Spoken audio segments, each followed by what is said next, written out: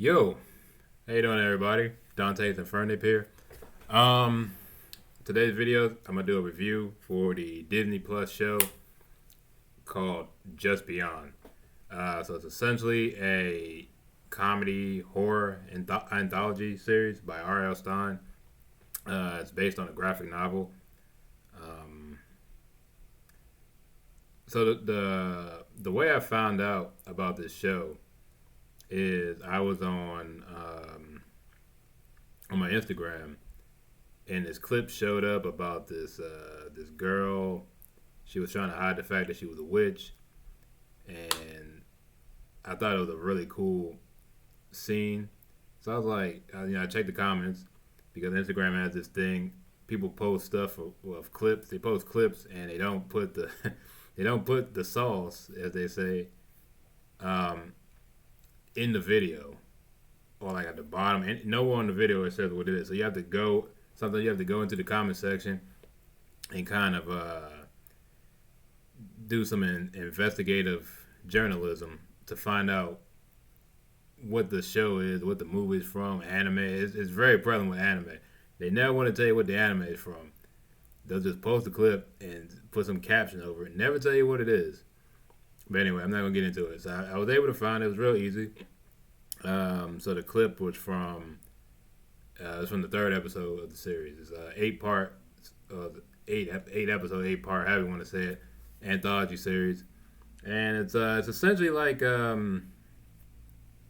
it's like Nickelodeon's Are You Afraid of the Dark, or it's R.L. Stein, so it's like it's Goosebumps type stuff. It's for young kids, young adults, teenager type stuff. It was actually a very good show. I was very shocked and surprised how good the show was. It was actually very intriguing. I like the stories. You can get into them. It's not hard. If you really want to binge it, they're like 30-minute episodes. Um, I wouldn't recommend it because I don't know me. I don't like binging. I'm not at the age anymore where I can binge watch stuff like that. It took me. Well, I finished the last 2 episodes today. Um, I did I watch them yesterday? Was it yes? Yeah. So yeah. So yesterday was Saturday. So Saturday, I watched. I got to like the first five. About the first. Yeah, I got to the first 5 episodes. I watched the last 3 today. Um, it's actually very good. So in my review, I'm gonna tell you the good. I'm gonna tell you the bad. I guess I'm gonna tell you the ugly. I guess I don't know. I guess whatever any kind of grievances I had with the show that don't fit those two categories. So I'm gonna start with the good first. Like I said, it's not long. They're 8 episodes, about 30 minutes each a piece. They all have their own story, so you don't have to watch them 1 through 8. You can pick and choose how you want to watch the episodes. Although there is like a small little there's a small scene in episode 8. Um, it's about it's a it's a small scene in episode 8 that if they talk, there's something they talk about. They're having a conversation and they bring up what happens in episode 7, which is the only time in the series that happens. Other than that, they're all none of the episodes are connected. So you don't have to worry about continuity. Though, you know what I'm saying? They're all their own separate stories. They all have a beginning, a middle, end. I think, in my opinion, they all of them start very. Some of them start all right. Some of them kind of lull in the middle, and then some of them have very good endings. Very good endings. Especially, I'm gonna get into them. But there's 2 episodes in the series that are my favorite, and I'm gonna go into them. So I'm gonna just start one by one. Um, so we start with episode 1. Um, so I'm on the. I was gonna write down the script, and I got I got real. I got really disinterested in writing. I did not feel like writing because I knew it was gonna. It was. I wanted to put out something as soon as possible. I didn't feel like writing a script. That was gonna take too long for me. Uh, so I would recommend. I'm on. It's on Disney Plus. Go check it out. It's a good show. Um, so there's a. I'm reading this off the website. I'm not going to specify the website, but this is just like cliff notes for me. Cause I remember them, but I just want to get the fine details. So anyway, episode one, it's called "Leave Them Kids Alone." So essentially, there's this girl named Veronica. Um, so essentially, what happens with a lot of kids. That's also one of the strong points of the show. Um, if you're paying attention, every episode has some kind of there's every kid in each episode is dealing with some kind of problem that's fitting of a kid. Now, they're not specific. Well, some of them are specific to like young kids, but there are some episodes that they can fit into an adult's life too. They all have like a very good lesson, a very good moral lesson to learn for some of them. But it's always something that's at the end of the day, they're comedy horror episodes, but they all do have a little bit of like, well, actually, to be fair, it's a weird show, but it's a lot of humanity in the show. You know what I'm saying? Um, it's a lot of heart. It's a very charming show. It's something that anybody can watch, and you can relate to. You know what I'm saying? Um, and not on that BS. Oh, I see myself in this. Like, no, there's a lot of episodes with people that are centered around people that don't look like me. It's very clear. But I was able to relate to every single episode because, like I said, some of these episodes I experienced at one point when I was a young kid, and there's some episodes where I've dealt with this at some point in my life, whether I was like a kid or a teenager, young adult, as an adult now, So anyway, we're gonna get in episode one. So this girl named Veronica. So essentially, she's like this big troublemaker, not in like like she's doing anything like illegal, like anything over the top crazy. But she's a kid. She's growing up. She's starting a new year, and she had a talk with the principal, and the principal has to suspend her because she's gotten nine citations, and the limit is eight, right? So there's a certain limit how many times you can get like in school detention or after school detention before it gets to the point where we gotta suspend you for a little bit. So she gets suspended, and the principal's trying to understand what happened to the sweet little girl because like the year before, she was a sweet little girl. She was very upbeat and optimistic and just had them bright eyes that kids have before the real world hits them in the face. And that's essentially what happened. So she had like I guess an epiphany during the summer, and she's really into like the activism thing. Like she's really fighting hard for like the ozone. It's like I think what was over the top was she was trying to protest the cafeteria lunch because they were serving hamburgers, and like all that hamburger meat and the ozone goes together, and she was that was one thing she was trying to protest. um, they hit her with the citation, what I'm saying, whatever, or the write up, whatever, and she got that ninth strike. She got suspended. So she goes home, and her parents are disappointed. They're trying to figure out what happened to her as well. And the mom was like, when I was your age, I had a little bit of a streak. That's the thing they bring up in the show. Like when the kids are acting up or like conforming, I guess, or in line, they say it's a streak. You can call it whatever you want, but that's what they call it in the show. So the parents are like, you know what, we got to fix this. So they send her off to this school. It's a school for troubled girls. It's called Miss Genevieve School for Difficult Girls, and it's a school. It's like straight out of you see it like it's straight out of like Pleasantville, but it's an all girls school. All the girls have the school uniform on. They all got that 50s haircut that females used to have, where the jump comes down to like right here, and it goes out a little bit, like the who's someone that had that hairstyle? Um, I guess like Shirley Temp. No, not Shirley Temp. No, well, I guess in that Shirley Temple, Annie era, 50s era, 40s, 50s era type of haircut, where everyone had. And, she gets there and, um, yeah, like right off the bat, she is not dealing with that. So she finally meets Miss Genevieve, and I'm gonna be, hey, this is a plus. Genevieve, Miss Genevieve, she can get it. You know what I'm saying? She looked good. She looked good. But she runs the school with an iron fist. She wants everything to be prim and proper, and that's how all the girls are. And she's there for like a few days, and she really does not fit in. And there's this one girl who's basically like the principal's like right hand, not right hand man, but like her. I guess she's like the equivalent of like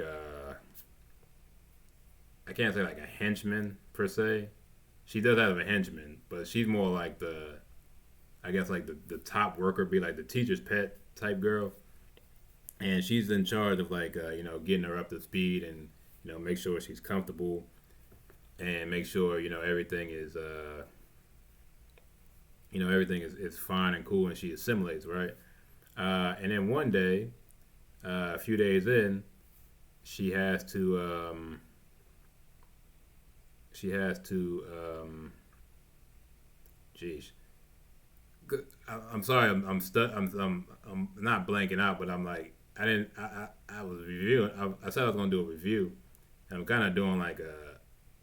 I guess I'm spoiling it. I guess, but I mean, this came out October 13th, 2021. It's going on 2 years, so this should. What I'm saying shouldn't stop. I'm kind of just breaking it down, but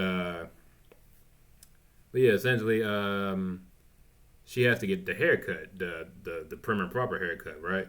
So she's scheduled to get the haircut, um, and that night she decides, you know what, forget this, I'm done with this, I'm gonna run away. So she sneaks out in the middle of the night, and there's another girl, um, I forgot her name. Does it say her name on here? Let's see, her name.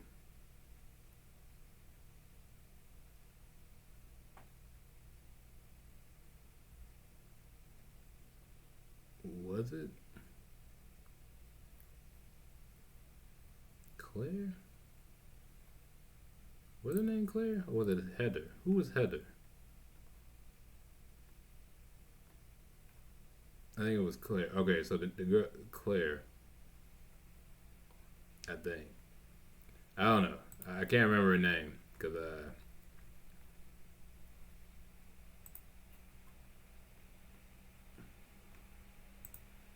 it was one of them. So one of them is Claire, one of them is Heather. There's one of their names is that. One of the girls is the girl that was like her, I guess, caretaker. Another girl is who she meets. She tried to sneak out, and the girl was like essentially out there waiting for her because there's a plot point in the story that explains like why she's still normal, I guess, and she hasn't changed. And so the teacher, I mean not the teacher, the girl that was out there that night, she takes Veronica and she takes her through the vents, and they go to essentially where the haircut's supposed to take place for her appointment, and they find out that it's actually a brainwashing machine.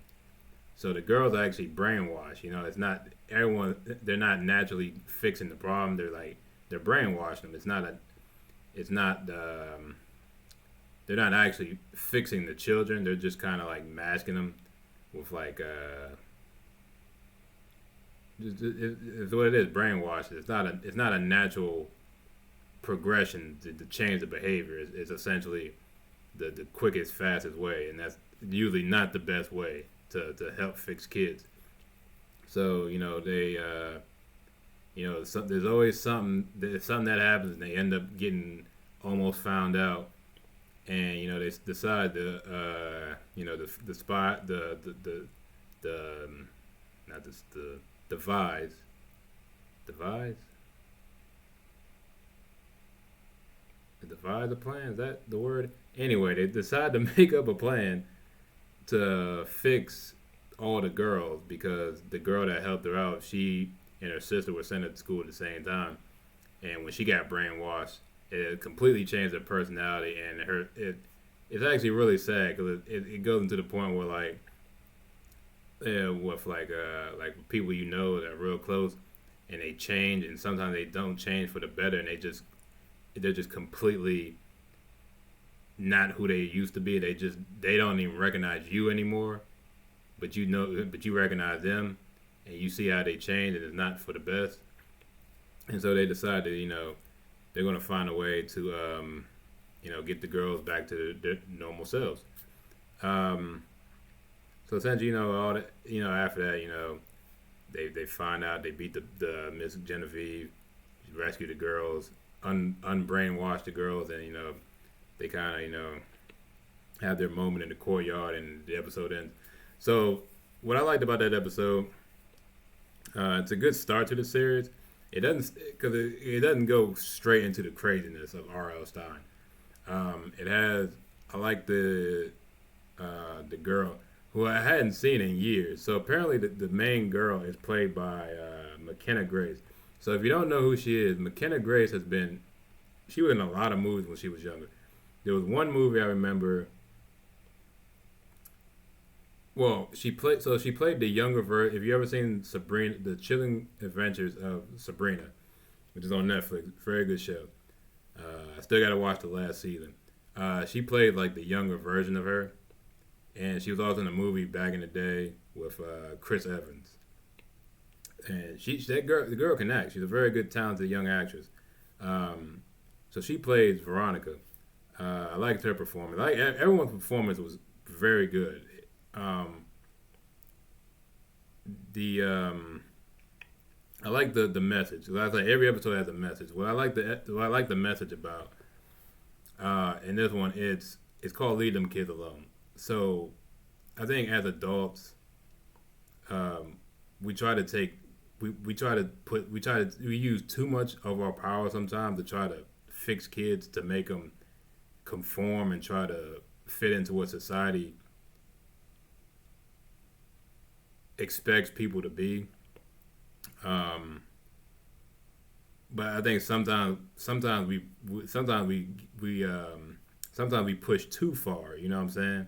To make them kind of, I guess, calm down in a way, or try to make them into what we want them to be. But sometimes you gotta just you gotta you gotta take what's happening. You have to accept it, but you also have to have like a healthy discourse. You know what I'm saying? You got to understand that the kids are growing up into their own. They have their own agency. They're not going to always do or agree with what you think and say, right?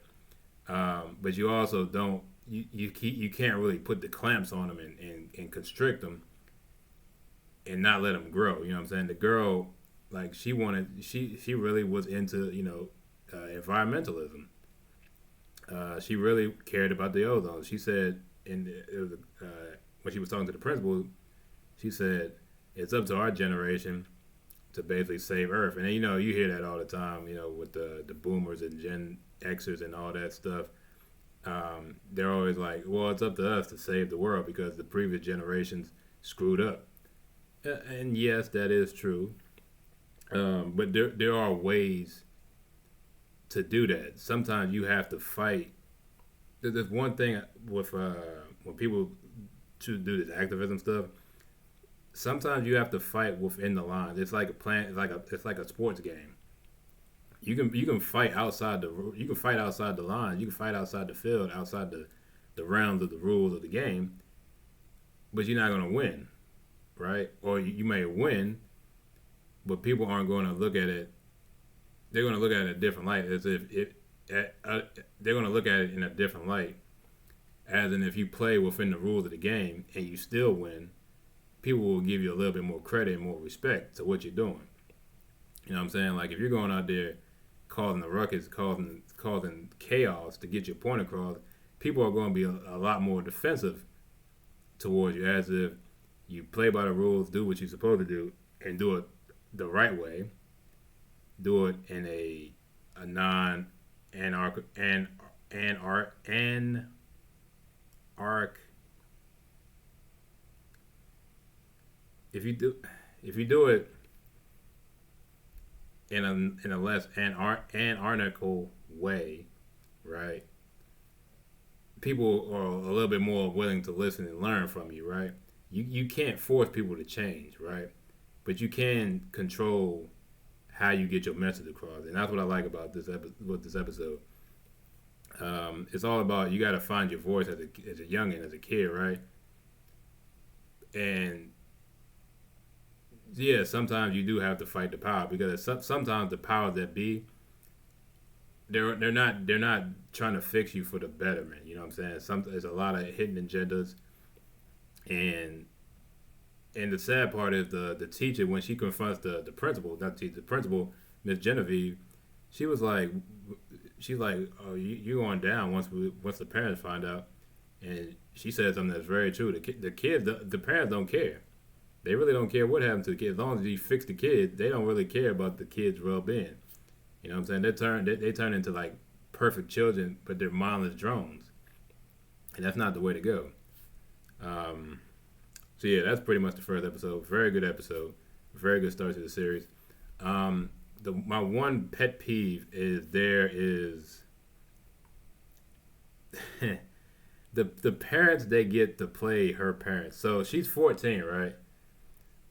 If you watch the episode, the scene where they talk to her about going to the school, um, you look at the dad and look at the mom, and you'll understand why this is a big pet peeve. It doesn't affect the story at all. It doesn't affect anything. But this is a really big pet peeve. This is weird thing. It's Hollywood, I guess. I guess you're supposed to suspend belief, right? But it's so obvious. So the mom is she doesn't look bad, but she's very old. Like you can tell she's much older than a lady that should have a 14-year-old, right? So they don't specify like, oh, this was an adopted kid or something. So you assume this kid is a biological kid.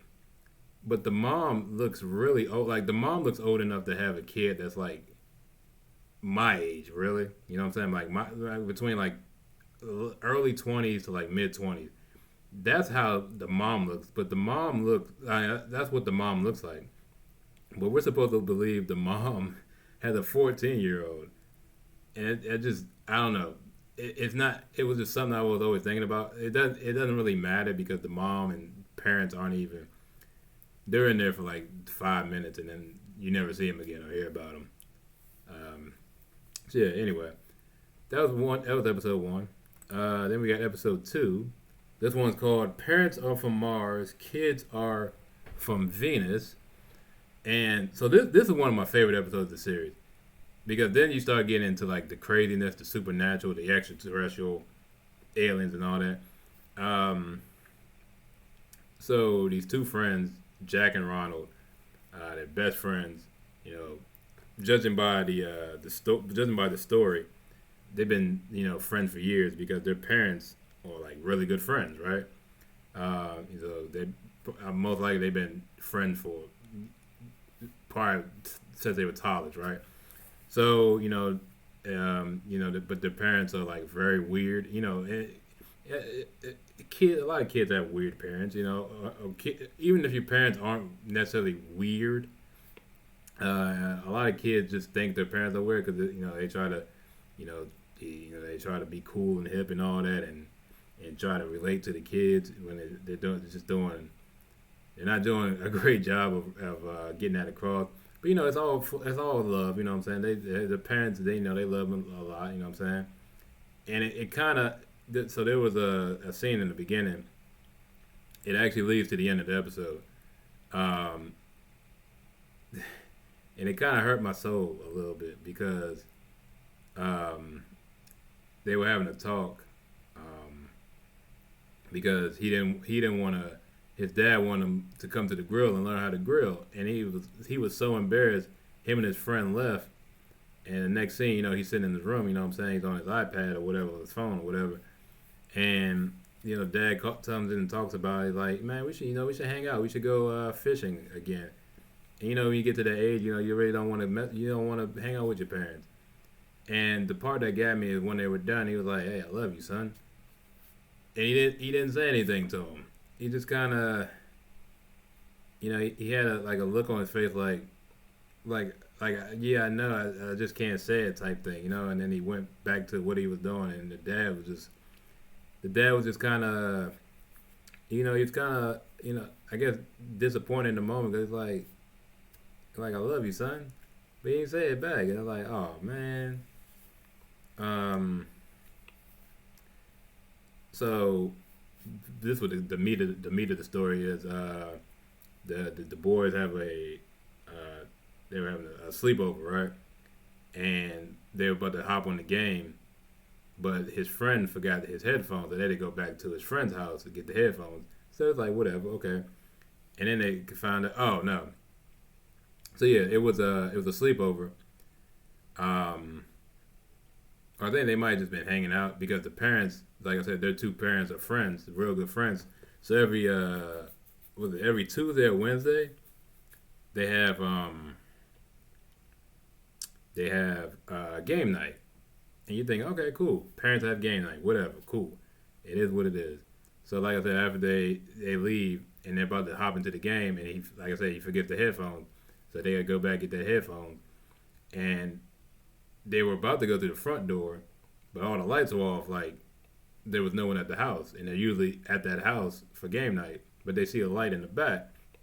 They go around back through the backyard, and they see the glowing light, and the parents were in robes. They were in the like living room because they were outside, and most people have the glass sliding doors where you can see through you see the door, you see the backyard. So the parents didn't see them, but they saw through the sliding door, and they were in the robes, and they were chanting some weird words, and there was a big ball of energy in the middle, and it was rising and morphing and all this, and it was doing a lot of different stuff, and they were freaked out. They were like, "What is going on?" And so they ran out of there, um, and they went back home, and they were like, "What's happening?" It's like, what are they? Are they witches or are they aliens for real? What's going on? So what they did is they went back. I think I'm skipping. Are they skipping the part? So there's a shop owner, right? He sells it's a curiosity shop, like one of them. It's the settings in a small town. It's one of those small town little curiosity shops you would see, right? So the shop owner is real big into that spooky, occult, supernatural, extraterrestrial stuff. So he goes back into. They go back. They go back. They go talk to him, and it was like there's some weird stuff going on. So no, I'm getting this. Jeez, I'm getting this on. That's why I should have wrote the script. But whatever, we do one take, do it live. So what happens is they go home, they have a talk or whatever, and the son, Jack, um, he goes back to his house the next day, and he's going around snooping around the room. He's trying to find out any kind of clues, and he finds a glowing rock in his dad's robe in the closet, and and he makes this really stupid excuse like when he shuts the door, the dad pops in that trope. He's like, "Hey, what are you doing, son?" And he's like, um, "Yeah, I was looking for I was looking for something." What did he say? I was looking for something. I forgot what he said, and the dad just believed him like a big dummy. Like, come on, man, the kid was snooping. It was something he said that would not, good and well, that would not be in your parents' closet. So it's like he leaves or whatever, and then he talks to Ronald, and they're like, you know what, we need to go back. It's another game night. All right, we're gonna go back this time and catch him. No. Yeah, yeah. So they, no, so they find, jeez, they find the rock, and he take it back to the shop owner at that shop, and he shows him the rock, and he's like, these are I forgot what the race of the aliens he called, but for some, so it doesn't make any sense what he told him, but I don't know.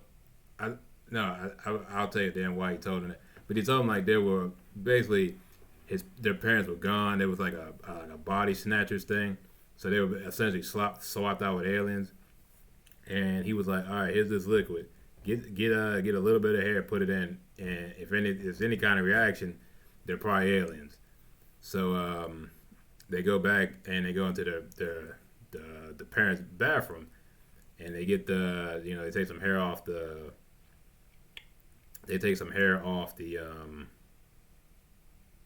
what do you call the brush, the hairbrush, and they collect it, whatever, they leave.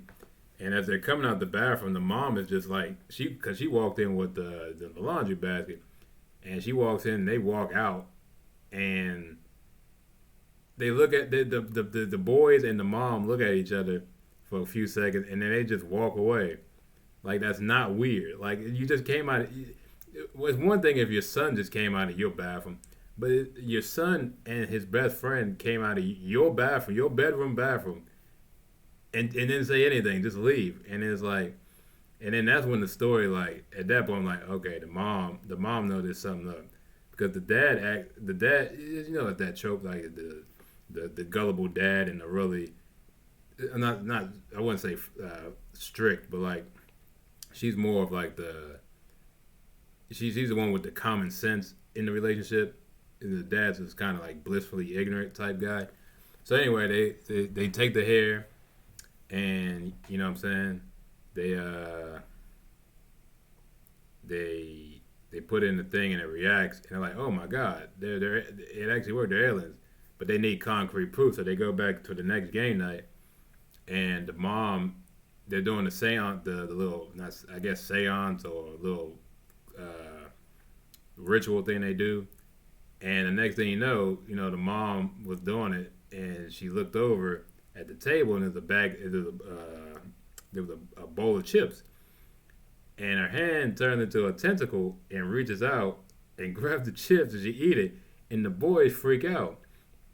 And the next thing you know, so keep this in mind, they they almost get caught, and they ran away, but the boy Jack dropped his headset, right? So remember, this all this started over headsets, and this all ends because of a headset. So they dropped the headset, and the next thing you know, the next day, was it the next day, or was it some days later? Um, he was at his desk, and the dad barged in, and he's like, "All right, come on, it's time to go." And the dad was real serious looking, and you think at that point he got caught, but he was like, "No, it's time to go. It's time to go on that fishing trip." And he was like, "Oh, that's the day," because he had forgot because of all the commotion that was going on. He's like, "Yeah, oh, but me and Ronald, we had plans." Oh, he's like, "Oh, well, don't worry about it. They're coming too." So it's like a big old family trip. The two parents, I mean the two sets of parents, and the kids, they go to the lake house. They go to the lake house, and everything's cool, but there's a lot of small little subtle moments at when they get there, where it's like the parents know that they know, you know what I'm saying, and it's very funny. Um, so the boys, it gets the boys, they get set up in the room, whatever, and then it's the same. It's the same day, but it's late on that night, and they go downstairs, and they're just creeping out. They're just freaking out. So no, before that, remember what I said about the headset? They dropped the headset, right? And as he's going through his luggage, Jack finds the headset, and he was like, "Did you put this here?" Like, nah, I thought you dropped it. And he did drive. He dropped it back at his friend's house, and they picked it up and put it in the bag, right? So at that point, they knew that they knew that they knew. You know what I'm saying? That type of thing. So they go downstairs. They play a card game. I forgot what it was. Crazy Eights, I think. And it gets really scary because you assuming that the parents are bad, right? They're evil body snatchers, and it starts out with there was a plate, little tray of cheese and meats, and the dad, Jack's dad, gets up, goes get a knife, and when he said, "Oh, I gotta get a knife," and I was like, I know he's about to get the biggest unnecessary knife you need for cutting cheese and meat, and lo and behold, he got the big old like turkey knife, and at that point I was like, okay, they about to die, and then and then for some reason I don't know why they did this, but after they I think was it Ronald or Jack, one of them won the round of Crazy Eights, and Ronald's dad gets up and gets the damn the damn axe. And I'm like, what they about to really kill these kids? And at that point, they just they just freak out. And they were like, all right, so they take the keys and run to the freaking van that they came in, and he gets into the car, and he hits the gas, and they drive backwards because it was in reverse, and they crash into the house. And I guess they just gave up at that point, which I don't understand why they gave up. All you gotta do is turn the car, put it into drive, and drive off. You'd have been fine. But they didn't do that. I guess they were scared, or they knew it was over, even though you had a chance. I guess they were shell shocked from the crash, which is understandable. So anyway, Jack's dad comes out. All right, come on, get on out. And they get out and they run back into the house, but there's nowhere to run. They run to the kitchen. There's nowhere to run. And the parents walk. They come into the kitchen. They're like in a line, and they were like, they were like, all right, this is really the end. Um, so it finds out that the parents aren't actually like they're not body swaps or anything. They're not skinwalkers or nothing like that. But body snatchers, more precisely. They're actual aliens. Like they've been there since they were born. So they find out they are actually aliens as well. You know what I'm saying? Um, and there was a running theme at the beginning. They had a rash, right, and it was weird because you didn't think much of it, but you think it's weird because they both caught the rash, and they was like, oh, it's poison oak, which is when you think about it, there was no point in that episode where they were near any kind of shrubs or bushes, right? So you were like, where'd they get this rash from? And the rash gets worse as the story goes on, but they're so focused on everything else they don't really notice it until the very end at the kitchen, and they're like, oh, see, the dad points out, oh, your arms, it seems like you had that for a while. You're like, yeah. Oh, that means you're coming of age. And he's like, what? And then they pretty all the parents, their arms transform into tentacles, and they start glowing. It's actually a very pretty sight. And then the kids' arms start growing, and their arms start turning into tentacles. And at that point, they break down. We've been there. We had you guys. We love you. The reason we didn't tell you is because we didn't want to freak you out. We wanted you to, we wanted to tell you when you were ready, right? And this is one of them things of like misunderstandings. You know what I'm saying? Like this whole episode could have clearly been rectified if they had just had sat down and had a talk with him, right, at the beginning. But there would be no story and there would be no lesson learned. So essentially, it's like he's like, essentially, it's like. Because essentially he was like, well, dang, like I don't want to be this, and he's like, hey man, you can't help what you are, right? Like it don't matter what the outside world thinks of you, right? Like we're your parents, we're always gonna love you for what you are, and that was a sweet little moment, you know what I'm saying? And then it all comes full circle when after that speech and everything. He's like, hey, just know we love you, son, and he started getting emotional like. I love you too, guys. I love you too, Dad. And I was like, oh man, That was beautiful, man. Um, this episode right here and episode three, I don't know which one I enjoyed more. They were very good episodes. Um, I don't think I had any nitpicks. Um, although, so the funny thing, the shopkeeper, there was a scene where after the kids leave, he calls. So he makes it seem like he's a Fed, but he's not a Fed. He's actually the same species of aliens as they are. So apparently he had been like watching over them for some time, and I guess I guess he had called I guess he had called the parents. That's how they knew. Now that I think about it, he had called their parents and he was like, "Hey, your kids are like snooping around, trying to figure out what happened. Because they saw you at the little I guess ritual the last 2 nights, and I guess that's how this all happened. I didn't even think about that part. But yeah, so everything, they get back and they get in the car and he's like, all right, we're going home, and it's like, well, they was only there for like a day, so like, and then he's like, they get in the car and they're like, wait, I thought you said we were going home. He's like, yeah, we are. And they go back to their home planet, and the van turns into a spaceship, and they fly off, and they must really love the Old Town Road song. 'Cause they play it on the way to the lake, and they play it again at the end when they're taking off, and it was a cool episode. This was this one in episode three are my favorite episodes. Um, yeah, I had no real gripes with episode two. It was a very good story.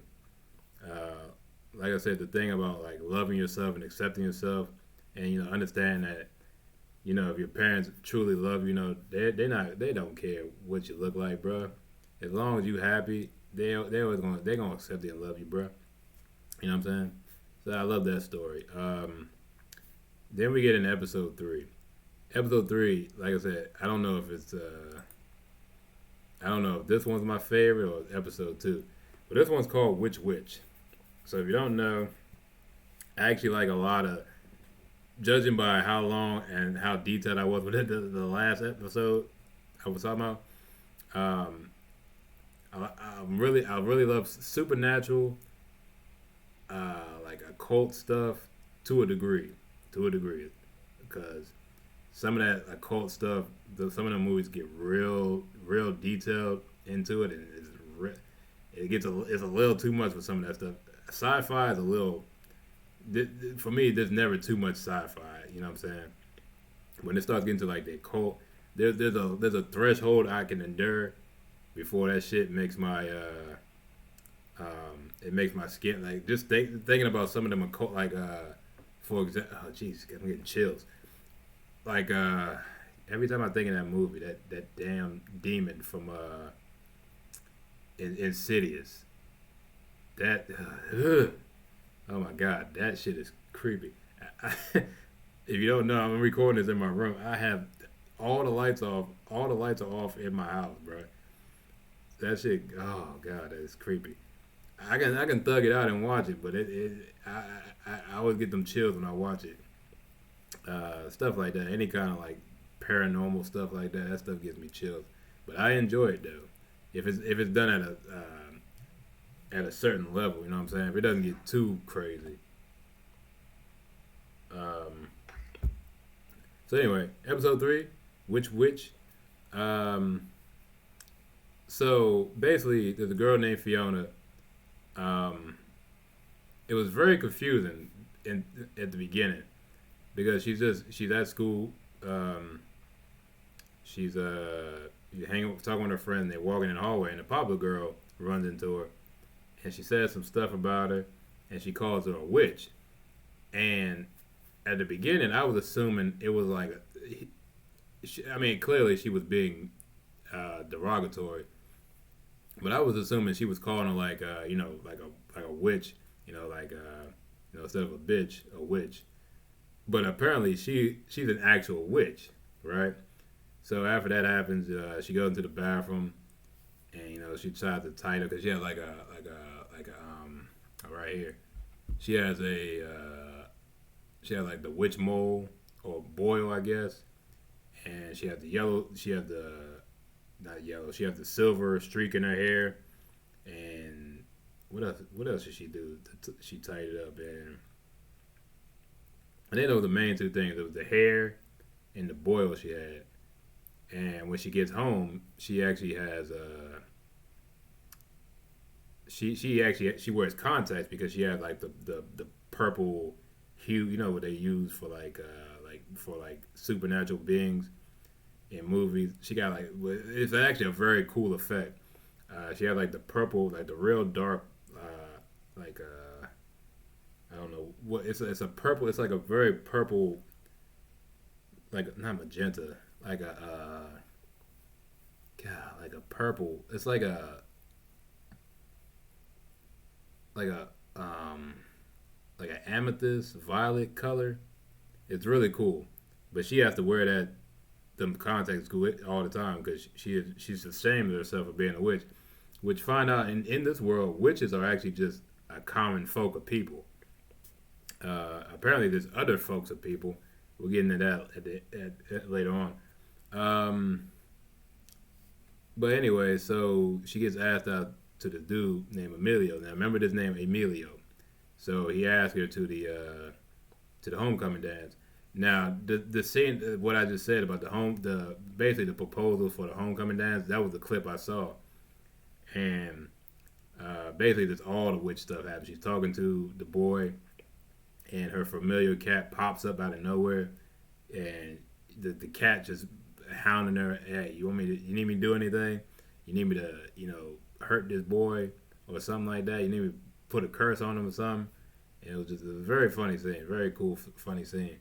And when she accepts yes, and she literally levitates off. She levitates about like a foot and a half off the ground, and I guess they really just accept witches because he was not phased at all. He was ecstatic that the girl said yes. So she gets home, and they find out that well, no, this is after. So she goes back home. So her parents are actually my mom's a witch, and her dad's a warlock, and they actually had a scene at the dinner table when she's like, "Hey, I'm going to homecoming," and she's like, "Yeah, I got asked by this boy," and it's funny because the mom and dad had two different reactions. She was like, "Oh, okay, cool." She's like a boy, and then the dad was like, "Oh, like a mortal boy," and they just look at each other like, um, "Yeah, we're not going down that road." Cause apparently, it seems like the mom is more accepting than the dad. The dad doesn't really care for like non witches to be. I mean, let alone a boy, but not a boy that's a non witch or warlock, whatever you want to call him, taking his daughter out to homecoming, and she gets the news that her cousin Luna is flying in from England, and when I heard that part, I was like, oh, she gonna be witchy witch, you know what I'm saying? Like some Harry Potter stuff, and that's that's what she said. That's the line she said. Like, because the mom's like, oh, you don't want your cousin to come here, and she like, it's not like I don't like her, but she's like she's very fresh off the broomstick, and I was so shocked that they used that term because the parents, you can't really tell until you look at the parents, but you can't really tell with the girl, so the ethnicity of the girl, you can't really tell. I couldn't tell until I saw the mom. I'm like, oh, the mom is Asian, right?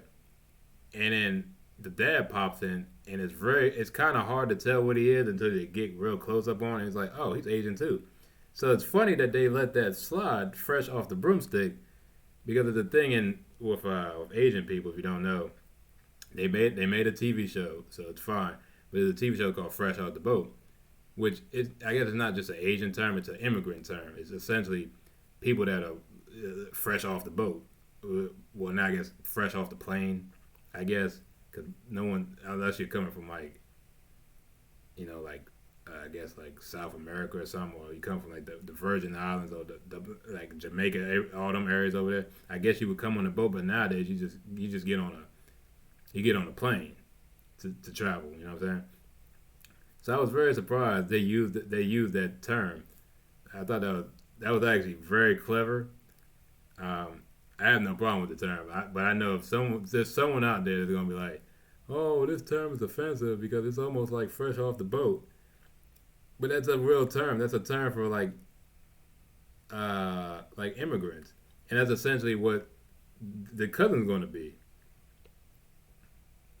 Because she's going to be living in America now, so technically she's an immigrant, right?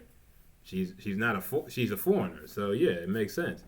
But anyway, but she's like, well, they said that first off Brunson, like she's really heavy into the witchcraft because over in England she lived with a bunch of witches. In here in America, Fiona, other than her parents, she's around a bunch of humans all day. So their their experiences are very different when it comes to witchcraft and like the family heritage thing. That's another thing they do. Um, like she has to her assignment was like a Heritage Day thing, so she has to write about essentially like her family. But at the time, it was just her parents. But anyway, Luna, she comes in and she really doesn't understand how everything works, but she don't really care. She runs by her own rules. You know what I'm saying? So she essentially is she's attending school with her now, so she's a full time student, and she does the witch stuff. She drove a broom to school. She got the the the endless bag, which I'm pretty sure they took that from Harry Potter. The I forget what it's called, like the limitless bag that Hermione had in Deathly Hallows, where you can literally just put anything in the bag and it just goes forever. That was cool. Um, and then they so they went through lunch. Um, they went through some of the class, and they get to the class with the teacher that put out. They gave her the assignment for the Heritage Day assignment, I guess, and they were going through a lesson on witches, right? And she asked Fiona, not Fiona, Luna, "Hey, what can you tell us about witches?" And she gets this attitude, and she hits someone like, "Wait, so why did you ask us to? Was it because we're witches?" And I'm sitting there like, "Yes, girl, you're the you're the resident. You actually lived around witches. We want to know more." And she got offended by that. Like, first of all, you're an exchange student. You go to the school. You are a witch. It would make sense to ask the person that actually lived the life, "Hey, what can you tell us more so we can all learn about it?" You know what I'm saying? Because the teacher's like, he's one of them guys that he really cares for his students, and he wants the best for them. He wants them to learn about other people. That was the whole point of the assignment, is to find out about your heritage, and so we can share it with the class, and we can all learn more about each other. But she took it as some kind of slight, um, and I was like, "Calm down. What you mad at? What are you upset about?" Obviously, he couldn't ask Fiona because Fiona doesn't have enough witch experience. She doesn't hang around. She's not around enough witches other than her mom and dad. You know what I'm saying? Uh, so anyway, after that, they get to there was a whole little strife between cousins, and she got real upset because she was mad at Fiona, Luna, sorry, Luna, because she was just doing. She wasn't conforming to what the school, to how basically how life is every day here, and she was like, she's like, "Well, I'm a witch. This is what I do." And she was like, "Well, yeah, can you stop being so weird?" I'm like, that doesn't make, by definition, you're weird too. I mean, I guess because she's everyone. it's not even everyone. It's just them two mean girls, them two or three mean girls that pick on her, and they don't really pick on her. It's just like, oh, you're such a witch. I'm like, come on, shut up, girl. But anyway, it's like she.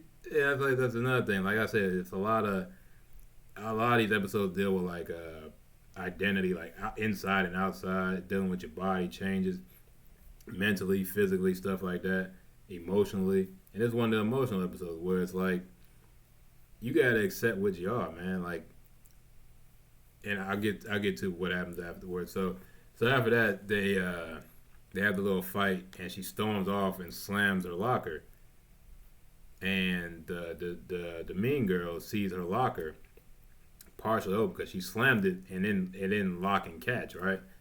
So she goes over there, and you think she's gonna steal. I mean, you expect her to steal something or like sabotage it, but you don't know what it is, right? So anyway, they get to the homecoming dance. Um, what happened? No, so they're about to leave, and she was in the room getting ready to leave. She was all dressed up, and Luna comes in and she apologizes for being so, I guess, for being herself. Um, and they were about to get into it, and the doorbell rings, and the boy comes. And, the old shtick where the kid comes in and the dad gets all protective because he's at the bottom of the steps and he was just awestruck. And the dad comes like, all right, buddy, calm down. And, typical dad stuff. And then they go off. She's like, be home by midnight or I'll curse you. And the mom and dad, they're braced. They're looking at their daughter go off, have fun. And he was like, he whispered to himself, yeah. He's like, out, he's like, have home by midnight, or I'll lay a curse on you. He's like, cause I will I will do it if I have to. And the mom was like, chill out. And they sit there for a second, and then the mom was like, okay, you can take off the tracking spell. And he does a snap, and there's like a sound effect, and I was like, damn, I mean, I understand, but like, I don't know, that was just funny to me. Like the mom just knew, like, relax, relax. We raised a good kid. So anyway, they get there, and they get to the party, the homecoming dance. Everything's cool. It looks good, I guess. Uh, I mean, I don't know, I haven't been to homecoming dance in years, so I don't know. I guess it looked fine. It looked like a school dance. So they had the dance or whatever. And the mean girl, uh, because for some reason they showed this a couple times. Everyone was having fun. Her and her friends and Emilio, they was dancing, having a good time. And her funky self was what they call it, holding up the wall with her other mean girl pal. Just looking mean, just mean and just mean mugging people because everyone else having a good time. She was over there miserable. And she finally put her plan to action. She took the wand and she swung it around, and next thing you know, it's a big old portal in the sky, clouds and lightning and thunder, and it's just bugs and everything just fell all over the place, and it creeped everybody out, and everyone ran out the freaking gym. And there was another moment where, because at the time they didn't know she did it, and they were her two friends. When everything kind of settled down a little bit, not too much, but like most of the people had already left the gym, and one of her friends was like, "Oh my God, did Luna did this?" He's like, "No." She was like, "No, she didn't do this." She was like, "Come on now." And then she said, "Well, did you do this?" And I was thrown back. I'm like, "Bruh, this is your best friend. Why would you accuse your best friend of sabotaging homecoming?" And she had the same reaction. I was like, "How could you assume? How could you sit there and assume I would do this? Because y'all should know better than that." And, she got upset, and to her credit, she did the right thing. She left. I mean, at that point, it's like, are you serious, bro? Let me get up out of here before I do something. So anyway, she sits down in the hallway, and it's funny because there's still kids in the background just running and screaming because they got bugs all in their suits and dresses and everything. And they're just running, and Luna shows up, and they finally had that heart to heart, and she says something about what was it?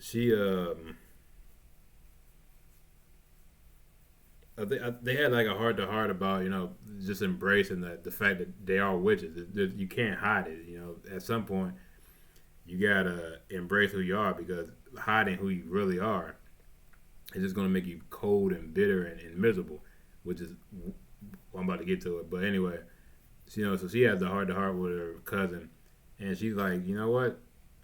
Forget this. I'm gonna go in there and embrace who I am because they expect me to be a witch. I will be a witch. Now it also comes down. This also goes back to the thing like I said. Well, like the stories revolve about young adults, right, and teenagers. And this is one of them stories where it's like no one actually made a big deal about you being a witch other than that one girl. And it's this weird thing with kids, and I've been through it myself.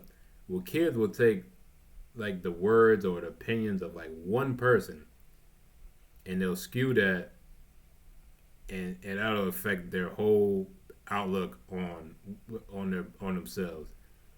And it's silly. I understand why it happens, but it's really silly because no one else had an issue.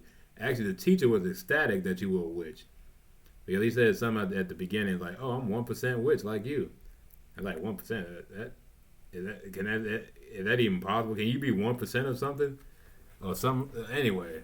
But yeah, like people didn't care, and then like her friends knew she was with. They loved when Luna came to the school. They were like, "Oh, she's so cool," and they loved it. Like no one had a problem. Emilio loved her. Didn't care that she was a witch. So a lot of this stuff is like outside noise with kids, but it's also like a lot of stuff is just self-inflicted. Like a lot of kids overthink situations, and they let like the thoughts and opinions of one person affect their whole mood and outlook on life. And it's like I understand. When you look back on it, it's silly, but I understand in that moment. So she does like this whole transformation. She like changed her dress. She got the whole black witch dress. She finally stopped caring about hair. With the hair was actually cool because when she got the black hair with the streaks of silver, and it looks really cool. And then she get the cool hat. She looked fire. She goes back in there. They walk arm in arm, her and Luna, and they have they look real cool and everything. And she finally confronts the mean girl, and she's like, "Look, I'm gonna stop caring what you say because you are stupid, and you are miserable, and you're bitter, and you're unhappy with yourself. That's why you bring people down to your level, and I'm not doing that no more." So she uses and then she uses her magic to take the wand back, because it wasn't her wand to be. I think it was her, I think it was her wand. It might have been her wand. It wasn't Luna's. But she gets her wand back and she does this cool spell, and she changes everything. Like she get rid of the bugs. Like she turns the ceiling into like the Aurora Borealis. It's real pretty, real nice looking scene. A lot of the special effects in this show are like top notch for real. Really good stuff. And she turns that and she changes everything, and everyone gets back, and they're all having a good time. Them two girls finally leave, and they're all dancing and everything, and then they do the I guess her and Emilio are dancing in the middle of the floor, and they levitate and fly up into the sky and dance in the sky and the air. It's cool. It's a little cheesy, but it's cool. I'll let it slide. Um, yeah, this is another good episode. Another good lesson to teach kids, teach people in general. You got to stop taking one or two people's or a small group of people's opinions about yourself and letting it dictate how you live your life.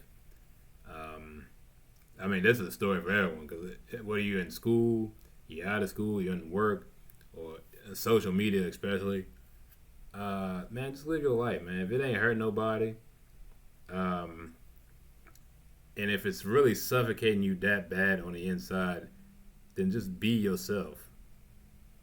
Now I think there's limits to it. There's limits to being yourself, obviously. But like you can't like something like lineage. Lineage you can't change your lineage. You are what you are. That you gotta accept. You know what I'm saying? And I think that's one thing. You gotta accept you gotta you gotta come to grips with who your family is, what your bloodline like that stuff because you can't change, you can't control that. That's natural selection. That's DNA. You can't control how you come out or what you look like necessarily or what you're going to go through internally.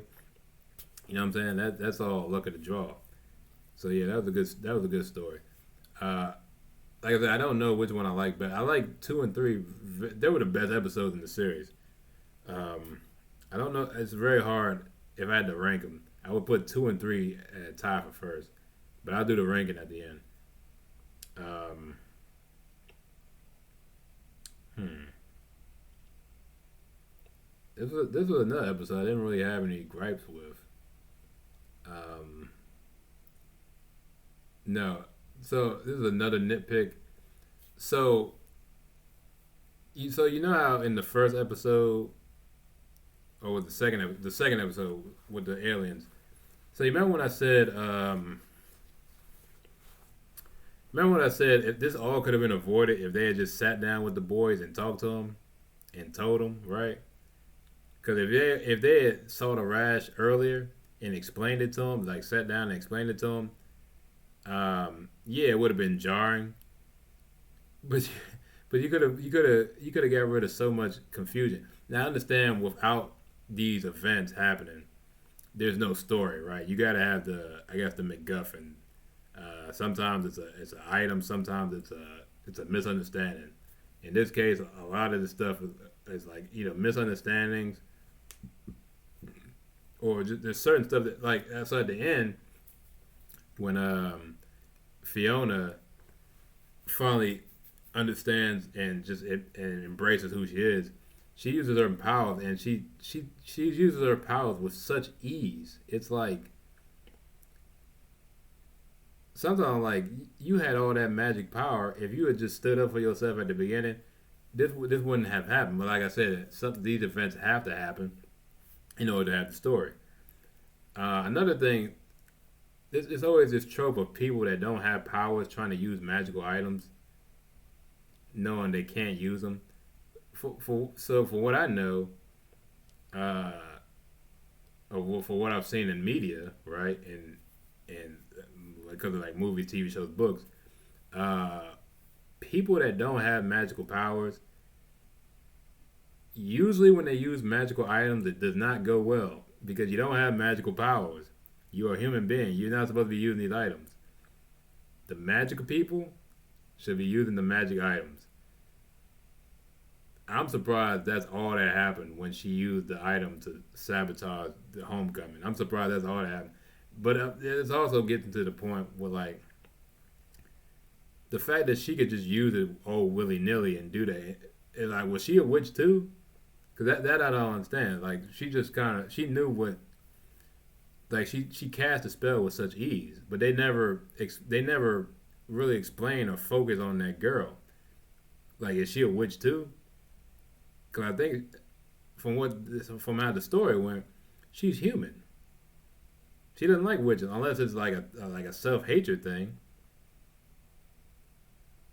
But I don't think the story.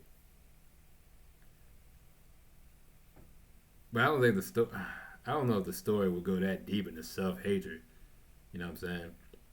Like Disney gets into a lot of topics, but I don't like self hatred is like that's another level. Like that's some dangerous stuff. Like if you don't get that under control. So I don't know. But anyway, other than that, very good episode. Oh, the thing what I really liked about specifically episode 2 and 3 because one kind of everything happens and ends. 2 and 3, you could make you can these are I think these were the only episodes in the series I thought. Well, if they wanted to, they can make two. They can make two new series out of these episodes. Real talk, especially the aliens one. You can definitely make a show out of that. And which episode? Episode 3. You can definitely explore the lore of that. You can definitely make that boom. That's two new series right there. You got the characters. You bring them back. You can add some more people, and there's no what do you call it? There's no real source material. All the source material is based off the episode. So you just gotta write what's from the episode added into long form stories, and you got two shows. I would love to see more of these, specifically these two episodes. I would love to see. I'd watch a whole series of these two episodes. That's awesome. All right, so we got episode 4, My Monster. This was another good one. For me, once it got to this episode, the episodes after this until like the last episode, they're all kind of meh. But I think those stories don't really fit. They don't really appeal to me. Well, not appeal. They don't really. I don't really relate too much to them stories. Like the first 3, I could find something to relate to. The last, like the 3 afterwards. Well, maybe episode 6, not so 5, but I'll get into that. All right, had to get some hydration. All right, episode 4. It's called My Monster. So there's a girl named Olivia who her parents are going through a divorce. Okay. After the divorce, her mom moves her back into her. So the mom moves them back into the mom's old childhood home, which is, what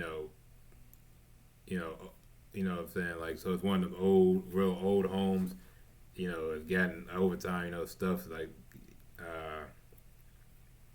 it's kind of one of them. You move back into your old home. It's really like, as a kid, it's like, oh, this is kind of weird and creepy. Weird noises and stuff, and just creepy vibes. The mom grew up in the house, so she ain't no issues with it. It is what it is. But essentially, she also has to move to a new school. So she moved to a new school, and before that, so there's a neighbor boy, Graham. So it was really funny watching the episode because Graham reminds me of this kid I work with at work. He's nowhere near as obnoxious as Graham, but they have a lot of the same mannerisms and like somewhat similar personality. It was really funny watching the episode. But anyway, the first thing he did is when they first meet, they had they exchanged names and pleasantries and all that, and then he's like, "Okay, I'm coming over," and he just walks into her house. I'm like, "What the hell? Like what? You can't just invite yourself in." She never said anything. She didn't say anything else after that. She's just like, "All right, I'm coming over," and next thing you know, they're sitting in the room. And they're having a chat, and I don't remember what they talked about.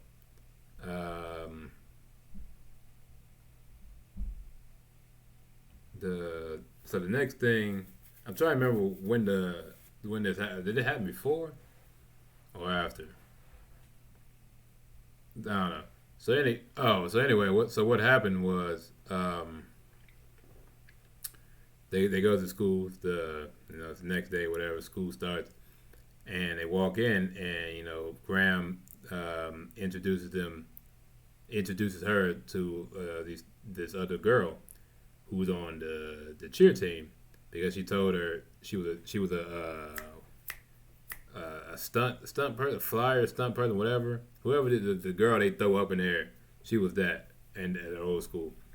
So she introduces them, and the other girl, another cheerleader comes in, and they chap it up, say hello and all that, and she invites her to her birthday party, and it is what it is.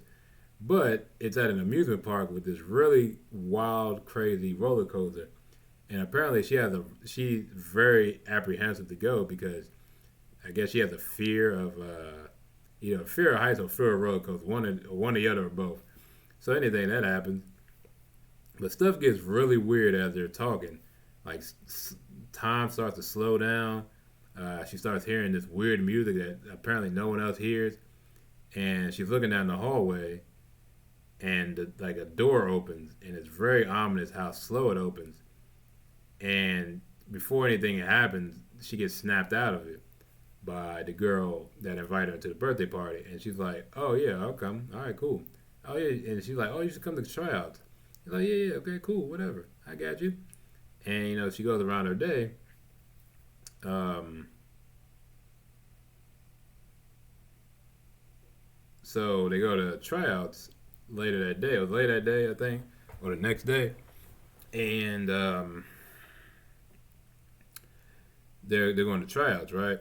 And they're about to. So she just walks. She had just walked in. She got in line, waiting for the routine and for the next routine to do. And one of the other cheerleaders was like, "Hey, we're down a person." And so, um, the the coach, because the girl, um, because the girl, um, sorry, I was trying to put something else. I was trying to put something else on the TV. Um, 'Cause I don't like having this area because without the TV, it's like a big dark spot here, and it's just I don't like that. I like to have something. I like to have something on my whole desk, having something playing. But anyway, I'm getting off topic.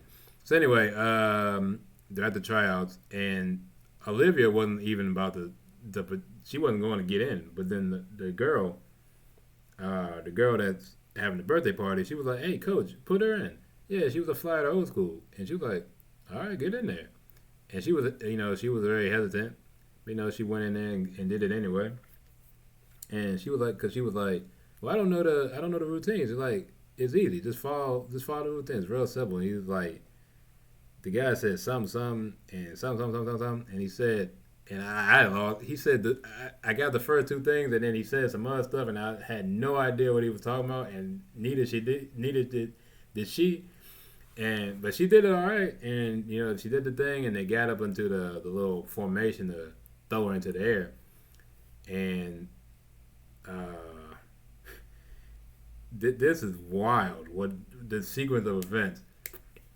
So they throw her into the air, and she gets into the air. As she's in midair, it's like everyone disappeared except for this big, tall, hulking figure with like a creepy mask. It's almost like Slender Man ish mask, but he's got a little bit more bulk to him. Like he ain't small and frail and like Slender Man's skinny.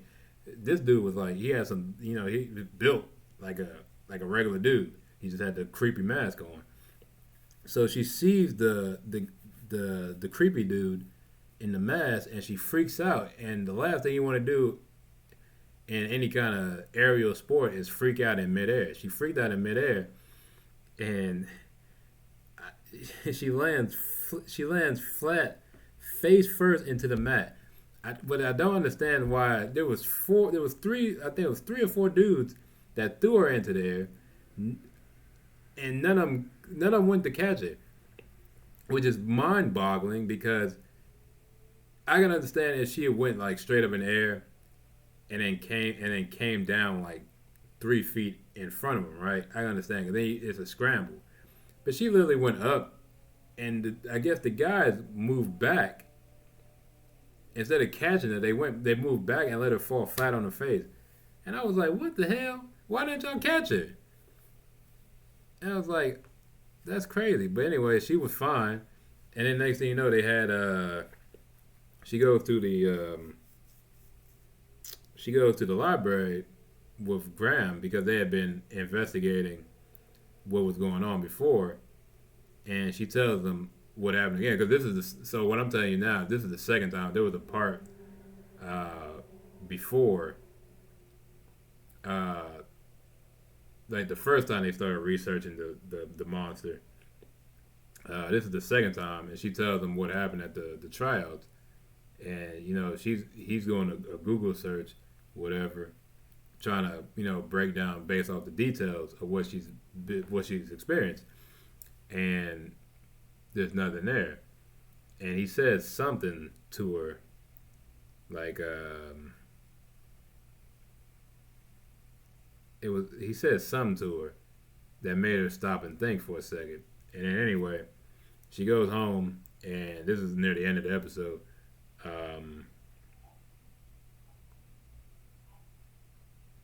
Oh yeah, she also has a little brother as well. I forgot about that. Um, which goes into the whole story and everything. I don't know. I forgot about that kid. Um, but um,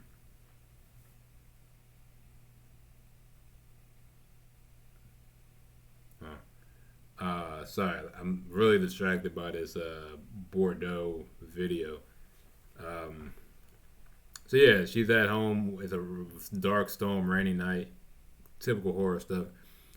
She gets home and they were supposed to have movie night with the mom and the kids, but she had just moved back to town and she had a big project had to be due, so she had to go into work that night, which is really, I guess there was a big deadline they had to get done. Um, so she's about to leave and go into work, and Olivia was very disappointed because like that was the thing they always used to do. It was the movie night was like their thing to do, but no, it didn't happen.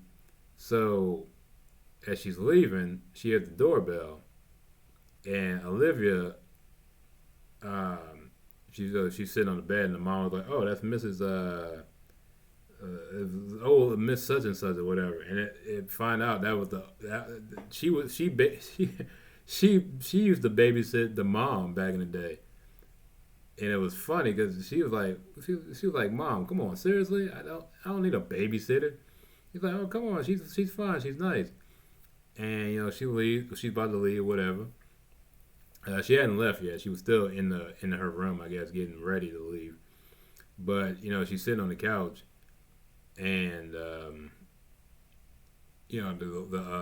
babysitter is talking, and she was like, "Oh my god, like I've been watching her since she was a little kid," and oh no, she was sitting there, and she asked the babysitter, um, what did she say? Something she said something that led up to the question about the mom, and she asked her like how long. No, what was it? Um, no, she did. She asked her how long have you known my mom, and she's like, oh, I know your mom. I used to babysit her when she was at your age, and then it's like, oh really? And she's like, yeah. Oh, she always used to. It was I forget, she said something. She always used to like freak out or something, or she always used to say there was this weird monster. It was always weird to get her to go to sleep because she always complained like, oh, this weird monster under my bed, under my closet, and she was like, and then she finally had an epiphany, and she asked the lady, hey, did my mom ever describe what the monster looked like? And she was like, she sat there and thought for a second, and she couldn't recall her ever telling her what it actually looked like. And luckily, the mom hadn't left for work yet, and so she went into the room and she talked to the mom face to face. Hey, mom, you saw it too, right? And the mom didn't know what she was talking about. And then she's like, "You saw the monster, right? The guy in the mask, right?" And then everything just kind of everything changed from there. She was like, "Yeah, yeah, I used to see him." And then and they have a sit down, and she was like, "Yeah, when I was a kid, this creepy masked monster would come out." And her mom's mom, always used to say that was her squeegee monster, because the monster would only come out when she was like either squeamish or something, like there was some basically when she was like anxious or whatever, or like queasy or unsettled. That's when she would see the monster. And and she was like, because the and then it got to the point where she was like, "Is something going on? Is something wrong?" And she wouldn't tell the mom specifically what was going on. Obviously, something was going on at school, and it was that stupid.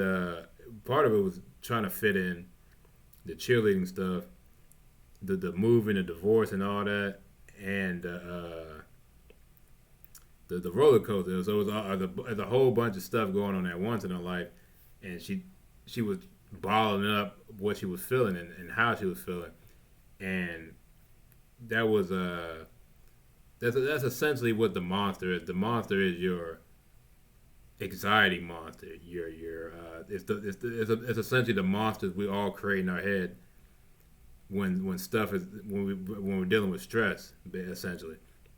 Because she flat out asked the mom, how do you get rid of it? And she was like, you never get rid of it. You learn how to control it, and you learn how to essentially tell the monster no.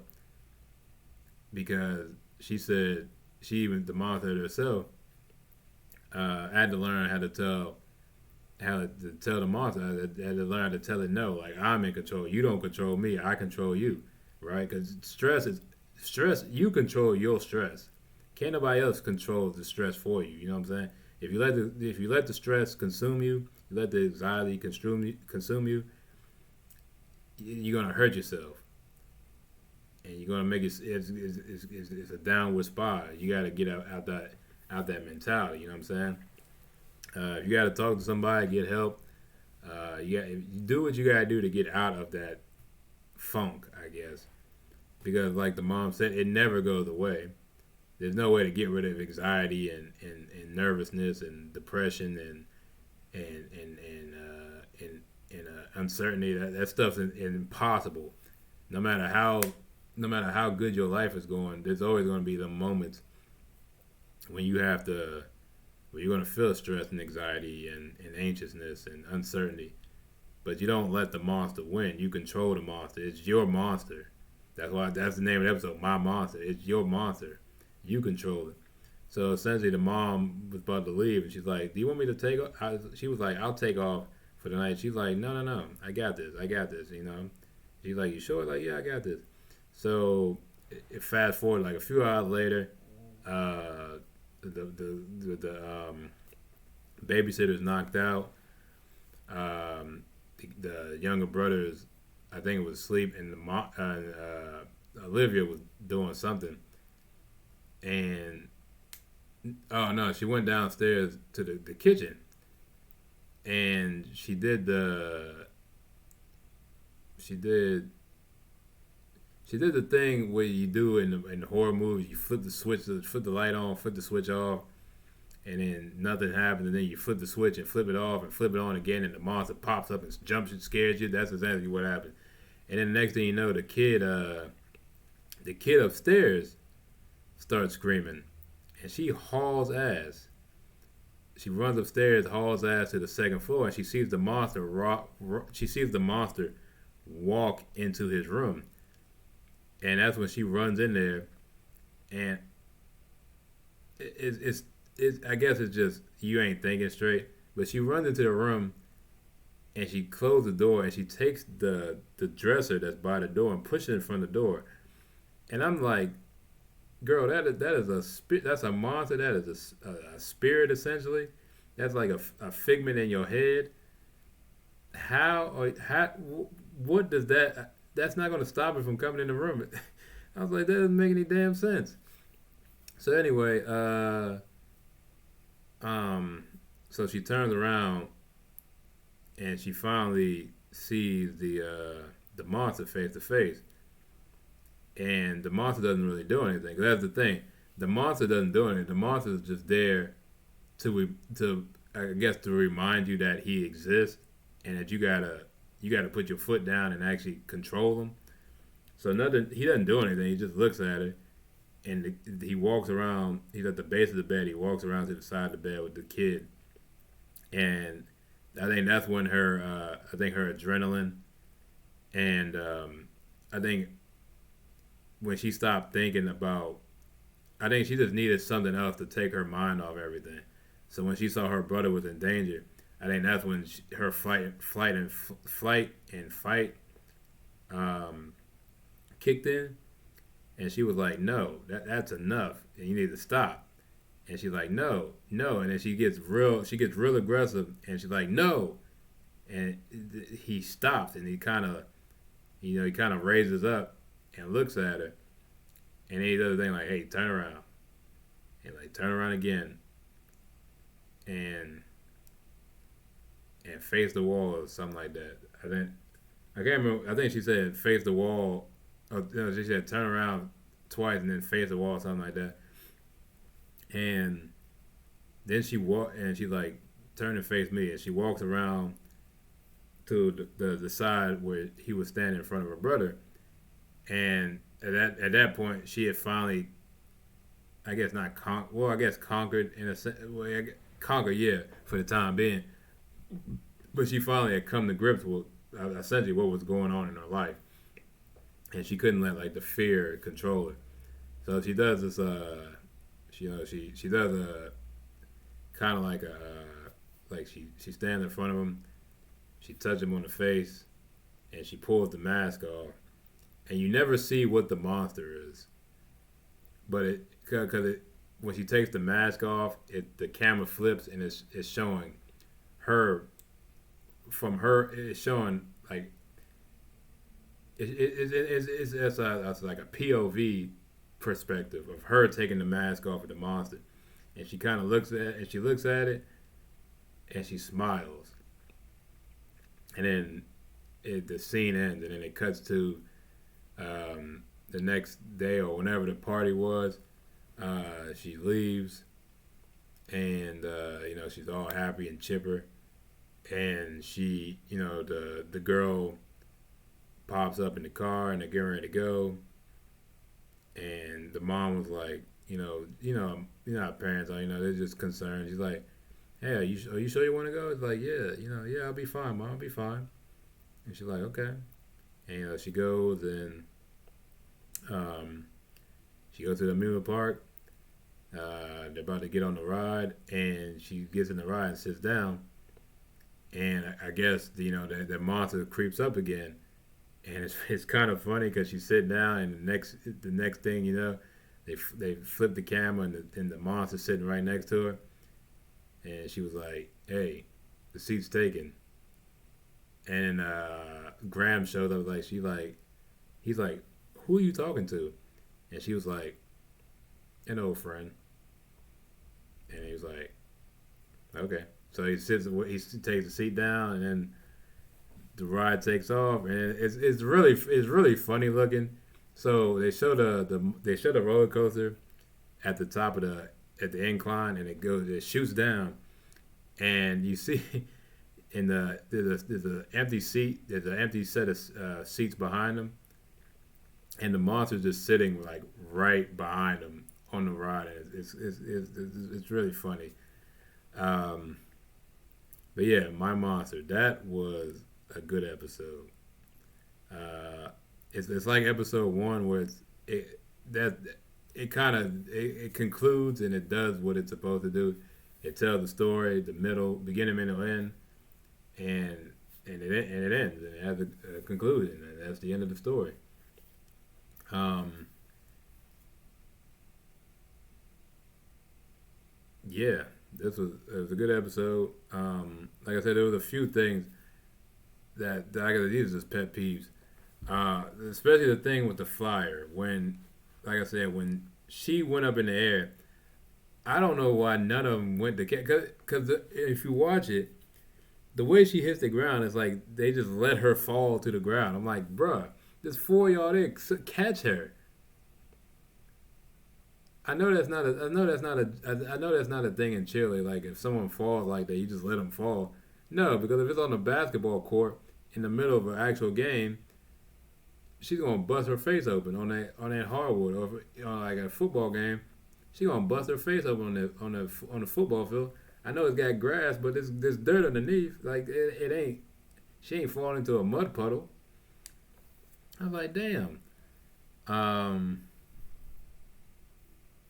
yeah, that was my only gripe with that episode. Um, I love the story. I really do. Like I said, all these stories have been really good so far. Um, I really like. I like the what the meta. I like what the monster represents. The metaphor of it. Like I said, like I keep going back to this.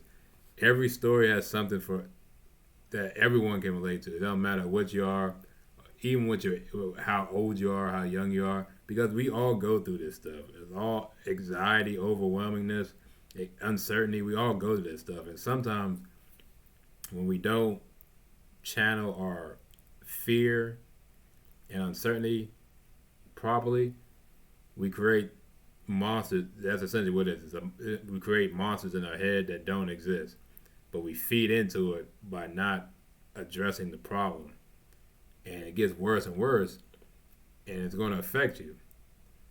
Um, like the mom back in the day, like the babysitter said, she could never. She could never. It was always hard to get her to go to sleep because she was always freaking out about that monster. But she was probably freaking out about something in her actual life, and it affected her. And luckily, it may have just been she just got older and she got better at that's usually what it is. You get older and you get better at handling stress. That's usually how it should go. Other more people, some people need more help. Some people get it down pat real early. It all depends on your situation and your upbringing, really. But that's the thing. Everyone can relate to having fears. We've all created that monster in our head. You know what I'm saying? You got, but it's your monster. You have to conquer it. Can't nobody fight your demons for you. You have to fight your own demons. You got to fight your own battles. You got to fight your own stress. You got to fight your own